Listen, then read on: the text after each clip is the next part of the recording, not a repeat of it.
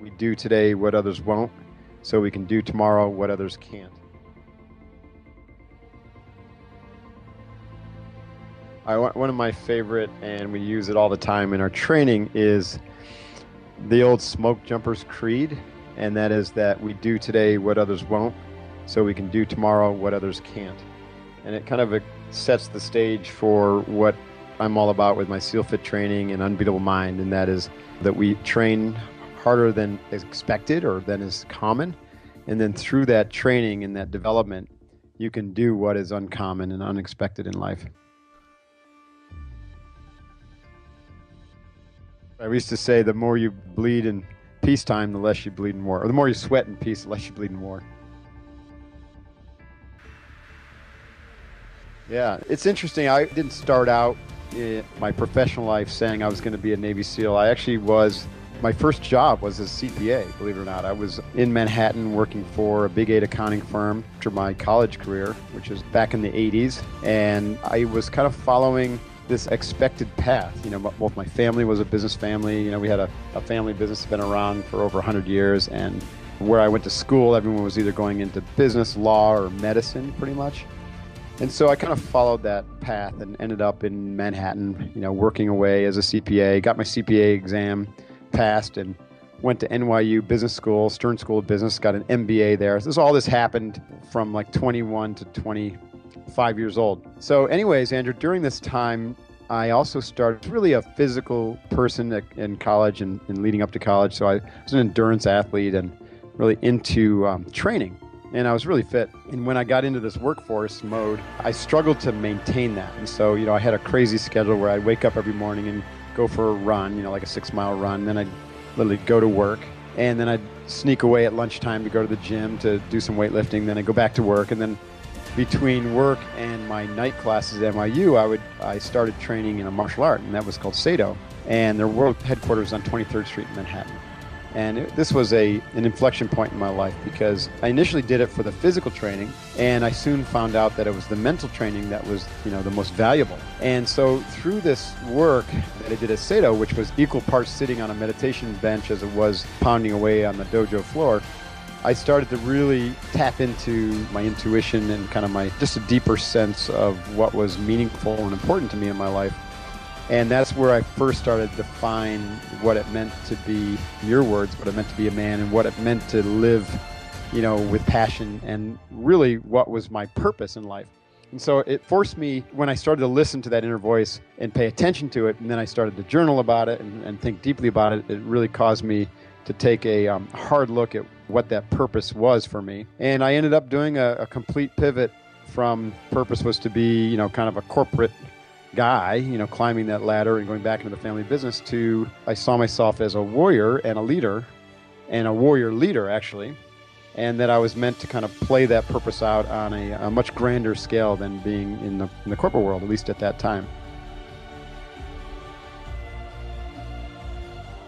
I do. I think that we have these patterns that kind of embedded within us at a pretty early age, and if we don't examine them, then we can kind of live a life that is someone else's life. And, sometimes we wake up and a lot of people have that quintessential midlife crisis because they've never really deeply examined the rationale and the purpose behind why they're doing what they're doing. And then, of course, as you're quite aware, the longer you stay and get entrenched in, a career or a path that is not right for you, and now you've got a family and you've got a house to support and all that, then more risky it appears to make any kind of change. I guess in a way I was fortunate to figure this out at 25 and I was able to make that shift, and I said, okay, I'm going for the Navy SEALs. That was really what my spirit was telling me to do. And so I used every skill that I learned from Nakamura, Grandmaster Nakamura, and his mental training, really. And that was what allowed me to kind of sail through the SEAL training and graduate as honor man in my class. And we had 180 people start and only 19 of us graduated. And I graduated number one, and that was not, to me, it wasn't a big deal because it was something that I expected. I really had trained my mind, and I kind of knew the outcome in advance, which is pretty cool. And I say that only because I'm alluding to really what I teach nowadays in my book, The Way of the SEAL, and in my Unbeatable Mind program is how do you win in advance? How do you set the conditions for great success and great victory before you even step foot in the battlefield. And that's something I figured out early on in life as I went into the SEAL teams, and then I reinforced it in the SEALs, and probably the most remarkable team on the planet of successful men, accomplishing great deeds. And it's my vision and new purpose in life, if you will, is to teach as many people what I learned as possible. And I tried to figure out how to create a pill for people to take that would give them this mental mindset, but I failed so far in that. So I've got to teach you the old-fashioned way.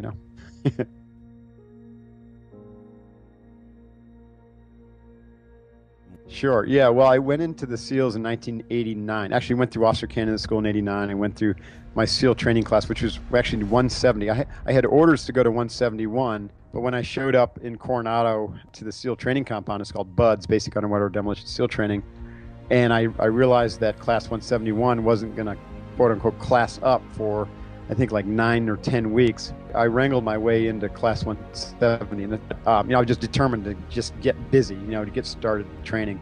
But to answer your question, when I had these insights pop up, most of them when I was on the meditation bench, for 45 minutes at a time at the Sado Karate Dojo, I started to, like I said earlier, sense that I was a misfit in my chosen career at the time, and so I started to think clearly or deeply about what was it that would be more aligned. And so I went through this process of really identifying those things that I was passionate about. And what came up for me was really passionate about leadership.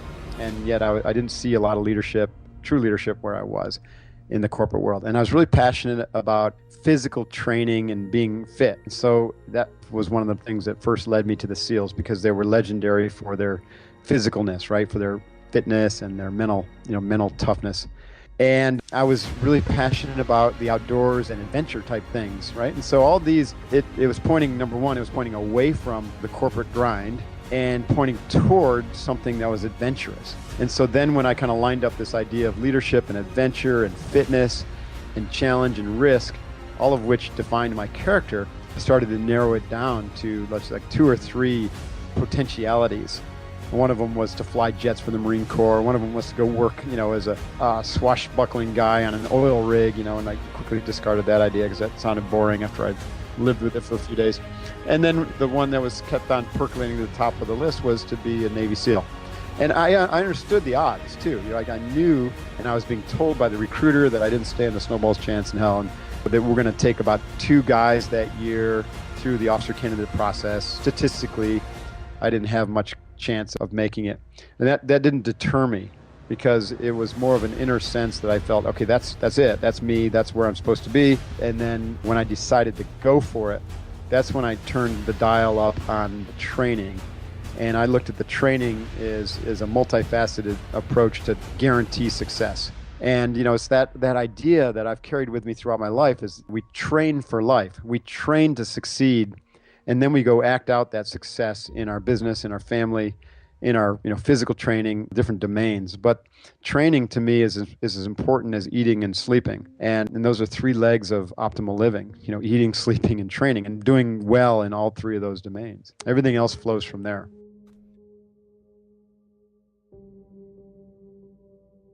For sure. And I think that to expand the concept of training to include other aspects of yourself rather than just the physical.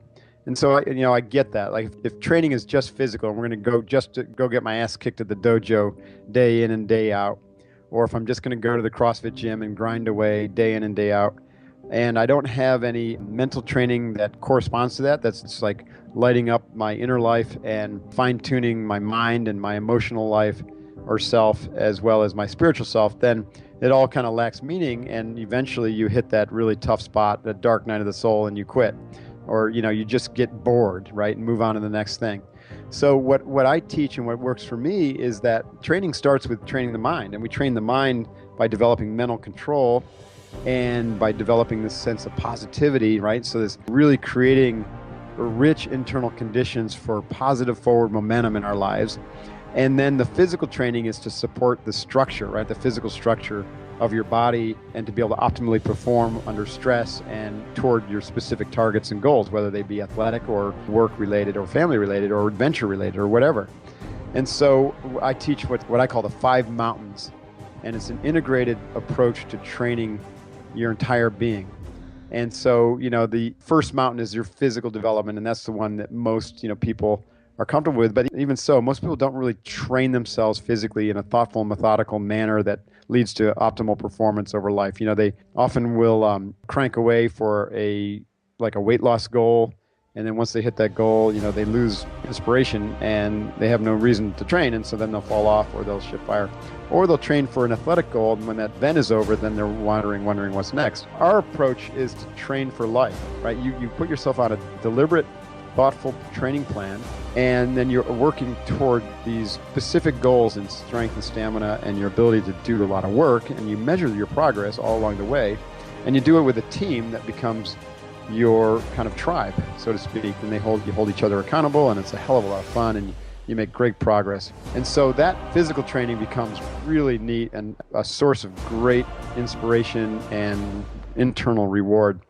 But that's just the structure of the physical part. Now, the mental training, and I won't go into excruciating detail here because we could go too deep really quickly.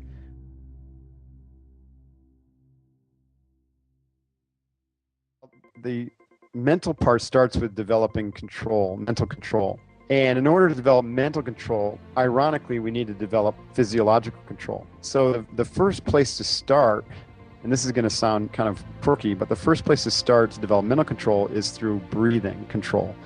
So one of the real simple practices that I have my trainees do is something called box breathing, which is a deep diaphragmatic breathing process. And what happens when you do this is it collapses your attention to the breathing process itself. Now, this is a training practice. It's not something you do, every day or in the midst of a firefight, but it's a training practice. You do it just like you would train doing an Olympic lift or a deadlift or something of that nature. We do box breathing before every workout with SEALFIT, and it's to basically develop physiological and mental control. And there are other things. So I have a guided visualization, which is to still your mind. I actually drew this inspirationally from Grandmaster Nakamura back in New York, when I was training in Sado, and we had a lecture called Still Water Runs Deep. And so I have a visualization where I take you to a still water place, and you connect with that depth of your character and connect with what I call your witness, which is essentially that part of you that is always watching and always witnessing, and start to develop the ability to watch and track your cognitive thoughts, your rational thoughts. What you notice is that how little control most of us have over those thought processes. And what we do then is when we develop that space where we can witness it, then we can take control back and use our mind as the forceful tool and ally that it's meant to be, as opposed to the feisty fiend that's always torpedoing our greatest dreams and desires because we just can't control it. It's running away all the time and thinking negative thoughts and not being super productive for us. So that mental control process, it takes some time, but once we develop that physiological control through the deep breathing, then we learn to basically witness the thought processes. And then the next stage is to interdict anything that doesn't belong, anything that's negative, anything that's not supporting our goals and objectives. And so then that requires, there's some decisions that we have to make in this process. Because what we realize oftentimes is how many things that we focus our energy on and our mind is rattling off about that really are unimportant and not related at all to our primary goals in life. And furthermore, it's a skill in and of itself to determine what goals we should be going after that are really, really the sweet spot for us as a unique human being. It could come in many forms, but what I find is the most insidious are essentially the inner dialogue around failure, around fear, two of the most common problems. So you might have a very well constructed goal to, let's say, start a business or to enter in a new relationship, and yet your mind is constantly chattering about how it's not going to happen for you, how you're not that lucky, or you're not worthy, or you can't do this because you don't have the skills, or it's other people who have that kind of success, or they're lucky and you're not. It could be a million things. And it's not platitudinal. I mean, these are real thought processes. These are real internal dialogues that are going on, and they're rooted in some false belief system. And so you got to approach it two ways. You can attack the belief system, or you can attack the dialogue and get to the belief system and then route that out. But you can't do either until you develop awareness of what's going on. And so that awareness is what I'm talking about. It's the kind of the first step, is slowing things down, spending time in silence, and getting control of our minds so that we can witness that whole dialogue that's going on. And then what we'll do is we interdict it by literally forcibly removing those thoughts or having them, come to a screeching halt. And, your mind, like I said, when you tell it to stop thinking something, it will for a brief moment. And then it'll go, realize that, hey, you weren't really serious, and it'll start clicking back in. So you got to interdict it and then redirect, which is kind of the next step. And so you then actively redirect it by actively thinking about something that is what you need to be thinking about or want to be thinking about. So it's positive and redirectional in a new direction. And then you have to maintain that thought power by reinforcing that thought, because it's very easy to slip back into that negative pattern. So this whole process, what I call it witness, interdict, redirect, and then maintain, is really kind of the beginning of developing mental control.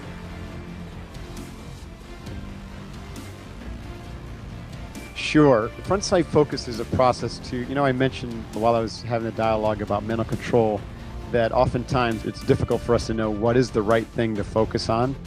And this comes from a principle that we had in the SEALs. It's really simple, but basically called the KISS principle, keeping it simple.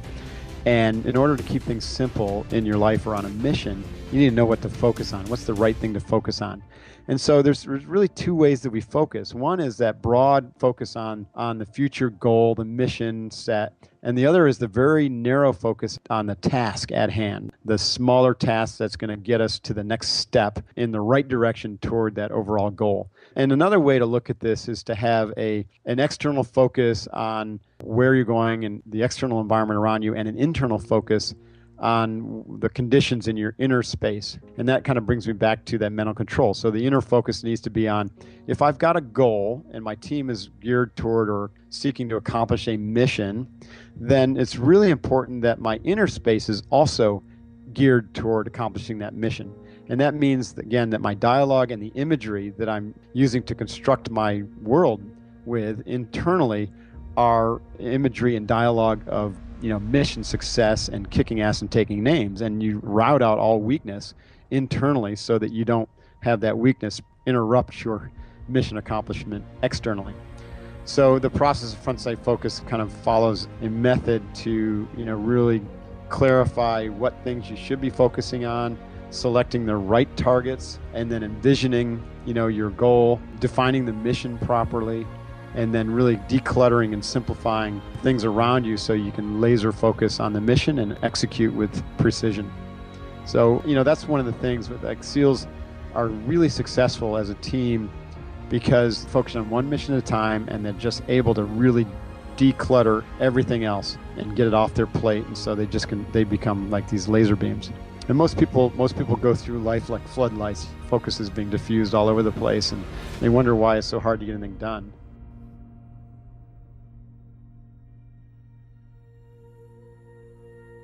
Right. And technically, it's kind of like the idea of microtasking, but at a much bigger level. You really, truly can only do one meaningful thing at a time. I mean, you can do some mundane tasks, simultaneously, but only one really meaningful thing at a time.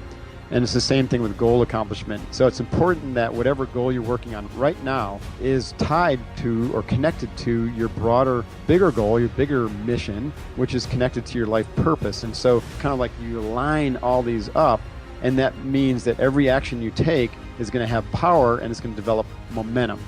And so again, back to the SEALs, they develop incredible momentum because every action they take, is really something that's going to impact and move the dial toward mission accomplishment. They don't waste their time with things that aren't going to do that. And then what happens is that we learn to execute really quickly and to move fast and to find the failure points, because we expect failure, right? We condition ourselves to embrace failure. We know it's going to happen. We know that no plan survives contact with reality or with the enemy. So we want to get out there and find out where those friction points are so we can learn from them as quickly as possible. And then we shift fire and adjust and then move even faster to the next friction point. So in a way, we just kind of fail forward to our mission success. You learn to learn, and you learn to learn from your mistakes, and you realize very quickly in that environment your mistakes are your biggest teachers.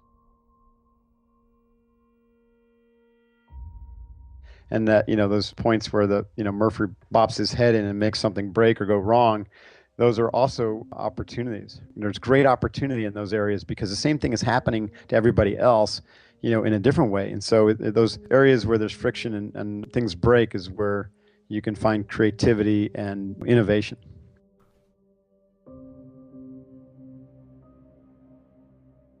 Well, Andrew, I think one of the biggest lessons I learned is that leadership is super overhyped as a concept. Ultimately, to me, leadership is about authenticity, and it's about really being as true to yourself and developing that integrity in thought, word, and action.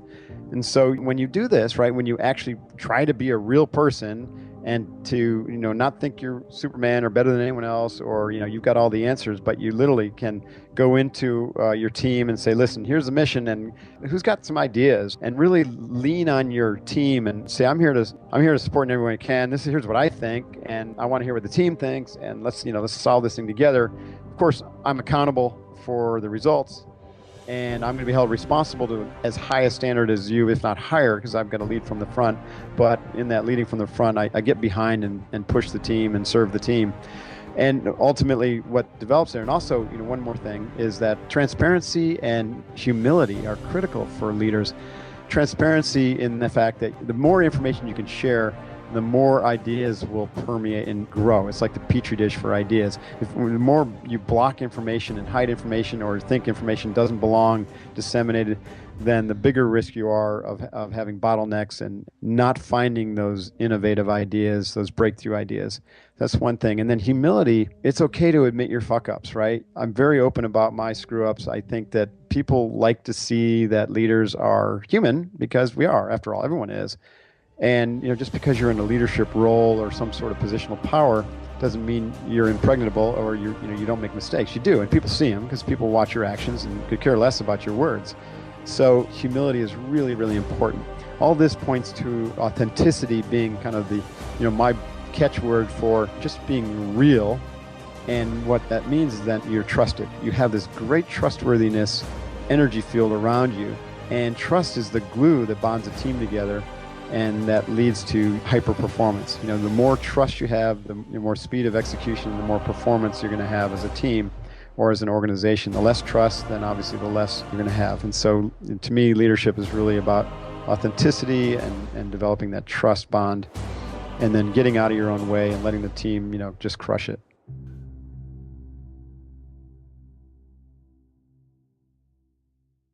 I think leaders are made. Everyone's got the raw material as a human being for greatness, and it's really up to our life conditions and our own inner space, our ability to really tap into our power to get out there and lead. And I've seen some of the most unlikely people be some of the most incredible leaders. Having said that, there are conditions that you could be born in a certain time or place or with certain physical conditions or mental conditions that are going to preclude you from being a leader. But as a general rule, all things being equal, leadership is by and large a learned or a trained aspect of one's character.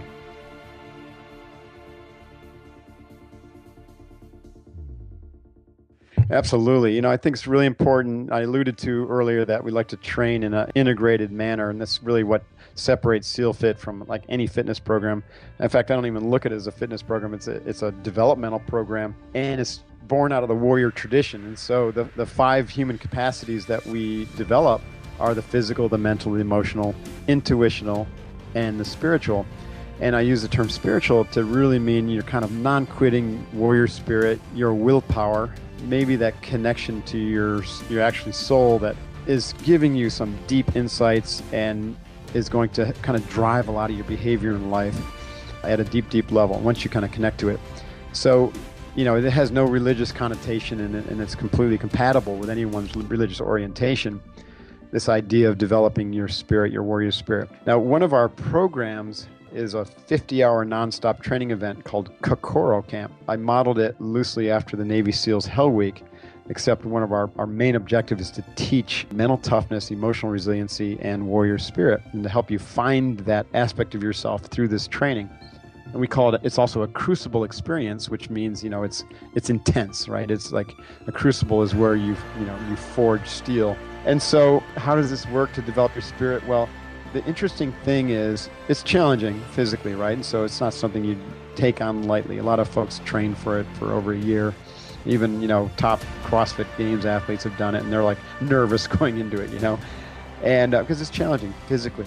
And so there's a point where you physically won't be able to accomplish the tasks that are put in front of you.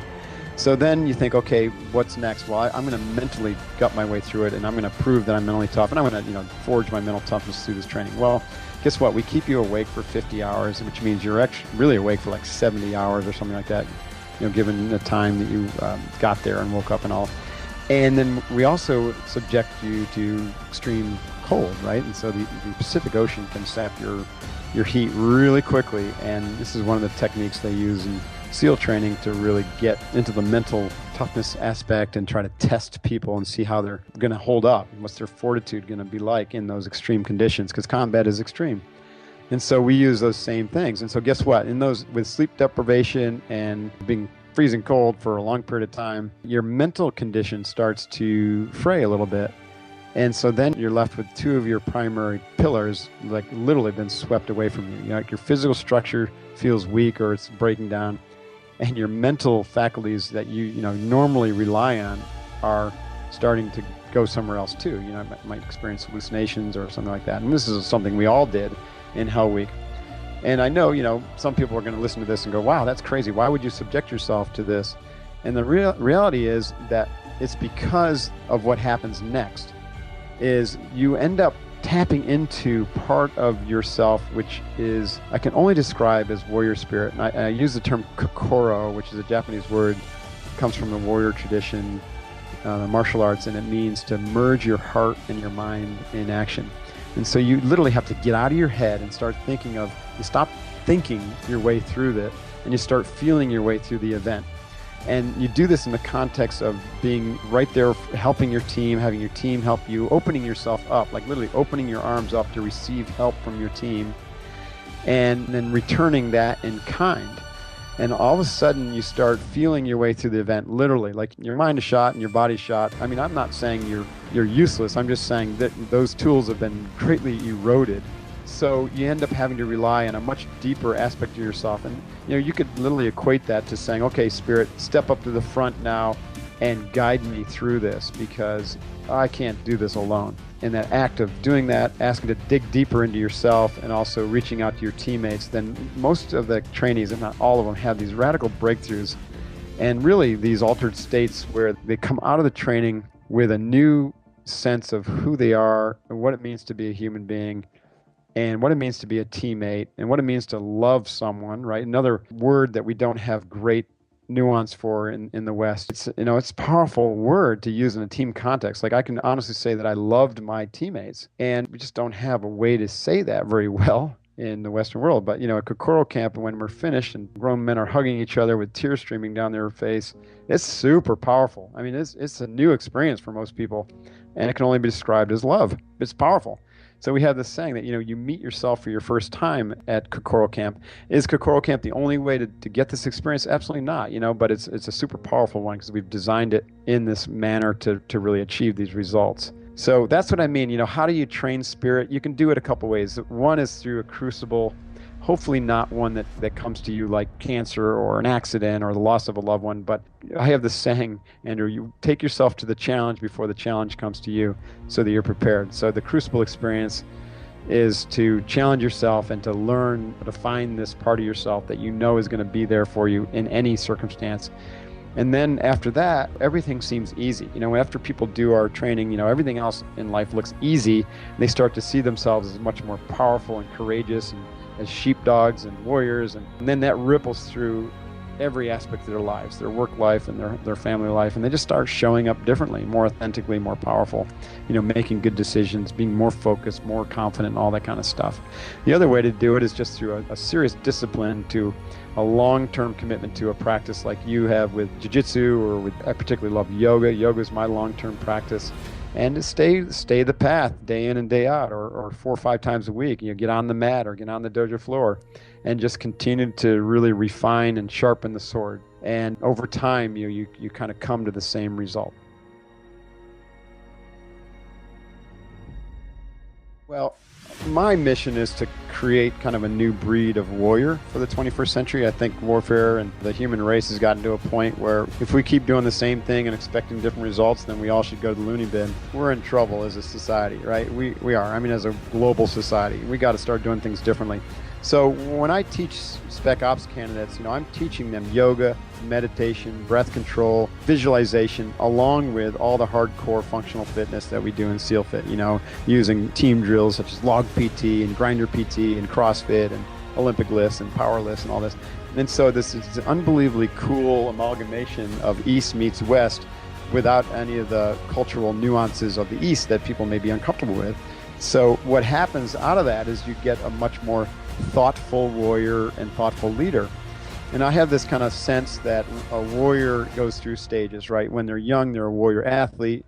And then, when they get into their 30s and 40s, and this model applies to whether you're a warrior in a military sense or a corporate warrior or just a stay-at-home mom. You have this stage where you're kind of physically active and athletic, and you're a warrior athlete, and then you go into this warrior leader kind of stage where you're either leading a company or leading your teams or leading a family.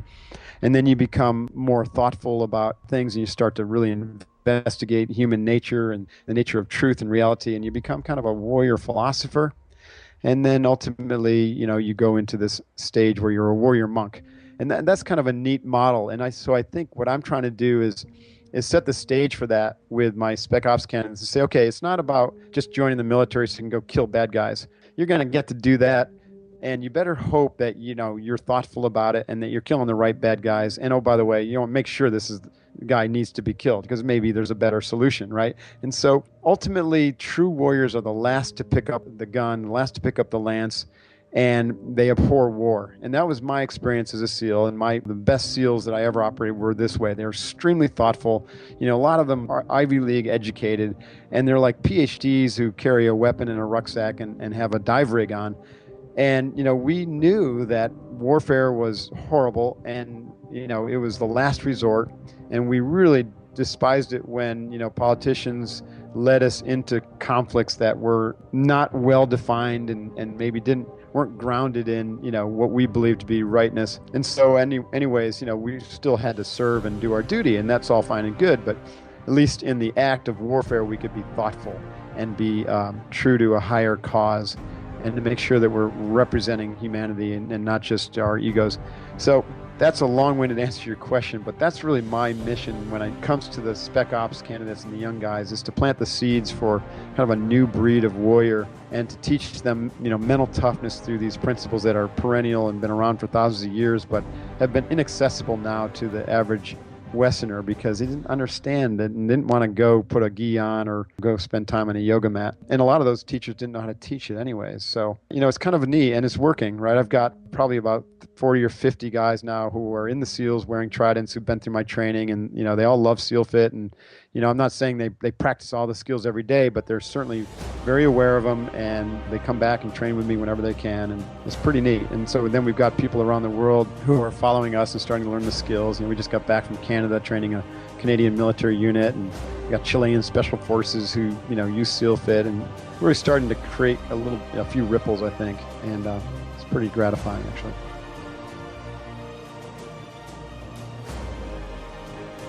No, there hasn't. I once had a contract, some of the stats that you referenced in the intro were from a government contract I had to mentor SEAL candidates nationwide. And it was kind of a distasteful experience because they really tied my hands and wouldn't let me do pretty much anything that I'm doing right now. And I got out of that so I could really work with people at an individual level. I think that the institutions of the military aren't quite ready for what I'm doing. It's going to take another, probably a generation of, or 10 to 15 years of guys going through the training who then get into leadership roles who go, we need to do this. It's interesting. The Canadians hired us because their commanding officer at this unit literally said they've lost the ability to teach warrior spirit. And they looked at us and said, we know how to teach warrior spirit. And it was the troops that found us. It wasn't the command. It wasn't the institution. It was the troops that said, we want SEAL Fit. And, we were up there for 3 days training this 50 hand-selected guys. It was fascinating, and they loved it, and it was really rewarding for us as well. And that's kind of neat, though. But it's indicative of the fact that maybe the Canadians are more open than the U.S. military. But I think there's some pockets of military who are starting to look at this and say, "Wow, that's interesting. Maybe we can do more of that." So I expect that someday, probably in the next 3 to 5 years, we'll have some work with the SEALs proper or the Navy in general. And I know there's some studies that are going on. The Western kind of approach is to study it and, until you got 12 research projects that verify it and validate it and take 15 years. And that's not my approach. My approach is to experiment on myself first, and then a small tribe, and then expand it out. And what we're doing works. I tell you what, it really does. Spend as much time in silence as you can and let your mind settle and allow your inner wisdom to start to guide you back toward your purpose.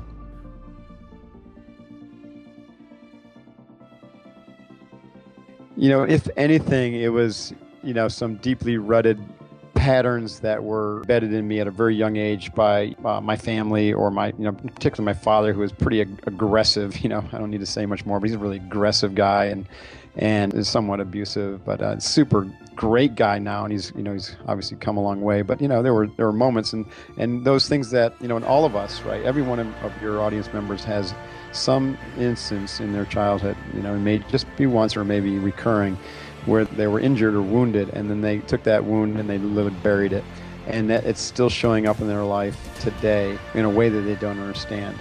And so I had to work through it in my own life, and when I figured it out, it was extremely liberating.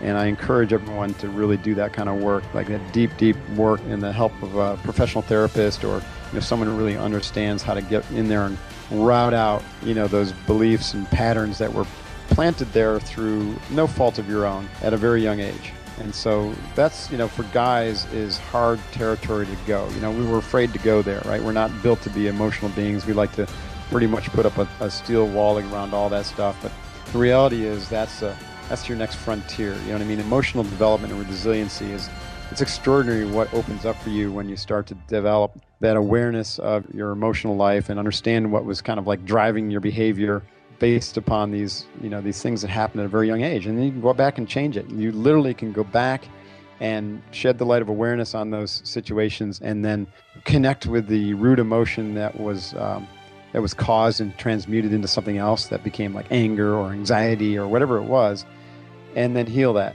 And it's very, very liberating when you do that. And so,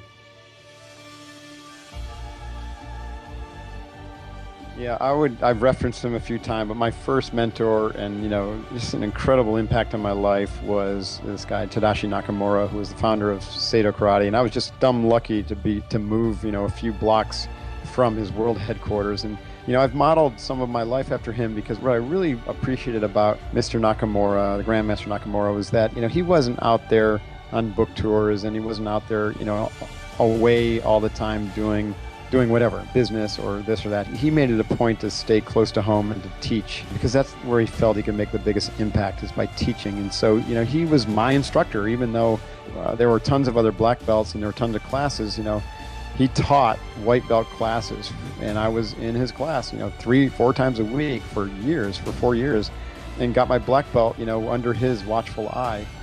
And he taught me how important humility was, and humor, and just being super present, every moment. And then that was found through the training. The lifestyle of the warrior was to come and to train hard in a community of committed peers, and then to sit on the bench also with that community to scrub the inner mirror, so to speak. And so he was probably the most impactful in my life, especially as I look back and think, okay, yeah, there's a man who literally changed the direction of my life, from CPA to SEAL, and taught me some skills, probably unbeknownst to him even, that have led to, me allowing me to teach mental toughness and development of warrior spirit to a whole new generation of warriors and professionals. So thank you, Kaicho Nakamura.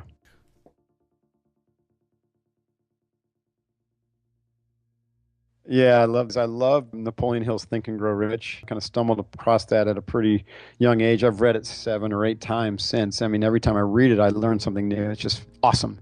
It's one of those books, if you let the title fool you, then, well, don't let the title fool you. Let's just put it that way. It's really not about getting rich. It's about thinking and how to think well. It's very cool.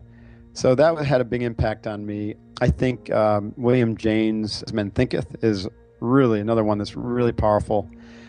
And there's another one that is, I've got so many books that had an impact on me, but one that really, really opened my eyes toward the Eastern way was The Autobiography of a Yogi by Yogananda. Yeah, I guess that's his last name, Yogananda. And he started the Self-Realization Fellowship, which is right down the street from me. He's passed away about 20 years ago, but this is a really interesting look at yoga and some of the yogis out there, and this whole idea of yoga as a human development system as opposed to, some just flopping around on a mat. And it's just a brilliant book and a really fun read.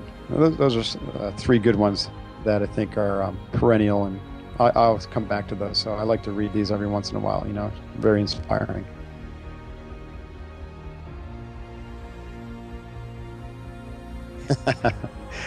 I would tell him not to drink so much. And I would tell him to get his ass into the dojo as soon as possible. I think my 20-year-old self hadn't quite found the structure for how to train myself. I was just kind of flailing around, working out like a madman. And I had a little bit of attachment to my ego still. And so, yeah, it would be to get over yourself and start taking your training more seriously and taking care of your inner life a little bit better.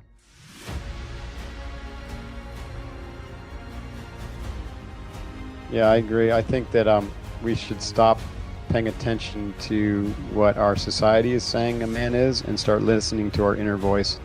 And here's one way to start. Turn off the damn TV. I have not had a TV in my house in 12 years, and it actually is painful for me to turn on TV and watch regular TV, so I won't even do it. Even when I travel, I just can't do it. It's just so much crap, and the imagery is so bad, and it's so fast, and it literally hurts my brain to watch 20 minutes of TV.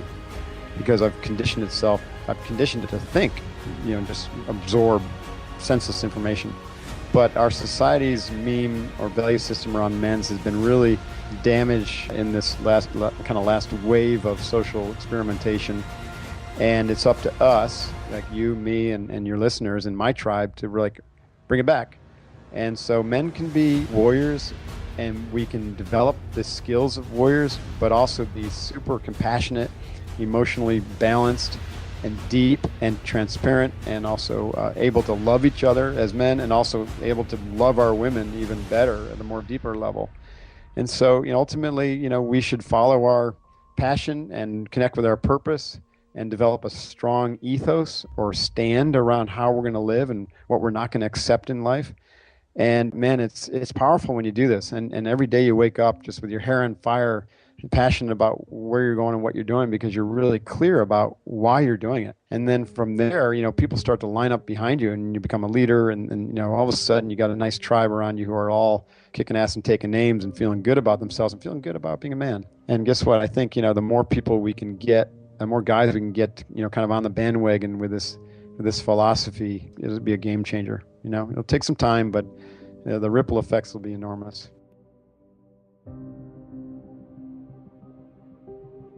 Yeah, I think you're right. And awareness is the first step, and then from there you got to take action. The action is to begin to learn more and to investigate and to train. And that's where I come in. I try to provide the structure to train you to be a warrior, a leader, and to operate at a higher level. A more thoughtful and ethics or character-driven or character-bound approach to living. And it's extraordinarily, very, very rewarding when you kind of lean into that.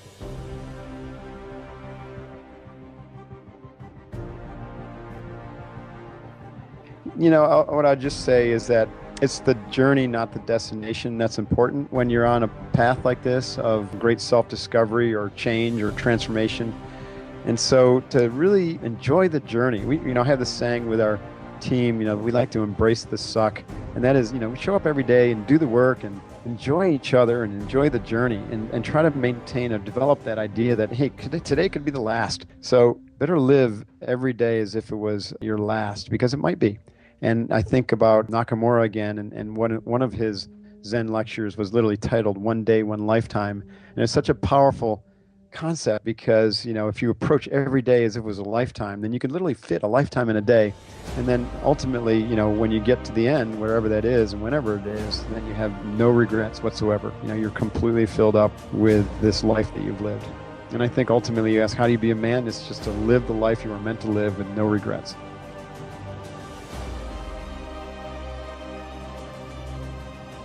What gets me up in the morning and excites me is exactly what we're doing right here, Andrew. I mean, it's to teach people, it's to be a leader and an example. And so I get up, and check this out. My training center is in Encinitas, California, kind of up the road from you, 2 blocks from the beach. It's 20,000 square foot indoor-outdoor training center, and we do all of our SEAL Fit camps and academies and programs from here.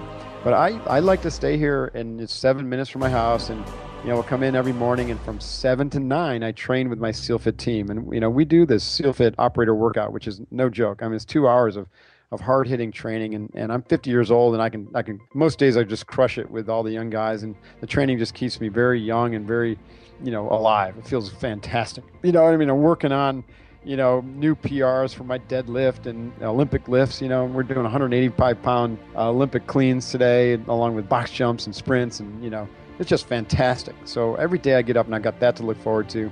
And I also know that every day I'm going to be able to do a couple other things. One, I'm going to be able to train my mind and my spirit. And so I take time every day to do some yoga and some breathing exercise and some visualization.